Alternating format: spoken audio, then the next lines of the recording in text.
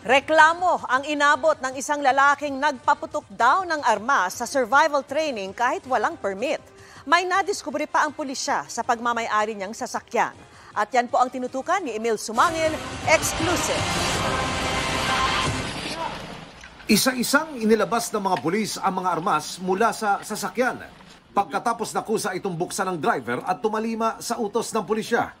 Ang bumugad, puro assault rifle at shotgun, mga bala, tactical vest, uniforme ng militar at mga two-way radio. Naparesponde sa bulubunduking barangay na ito ng Tipakan, sakop ng Nagcarlan, Laguna ang mga pulis. Makaraang ireklamo raw ng indiscriminate firing ng ilang residente ang may-ari ng sasakyan na si Vincent Conejos, tubong Parañaque City at ilang pa niyang kasama.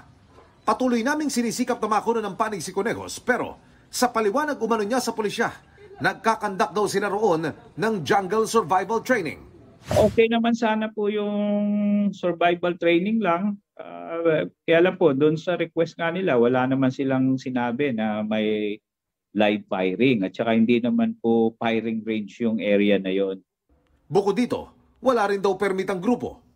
Meron po silang letter request sa local government ng Nagcarlan at sa ating Nagcarlan Municipal Police Station na magkakandak po sila ng jungle survival training.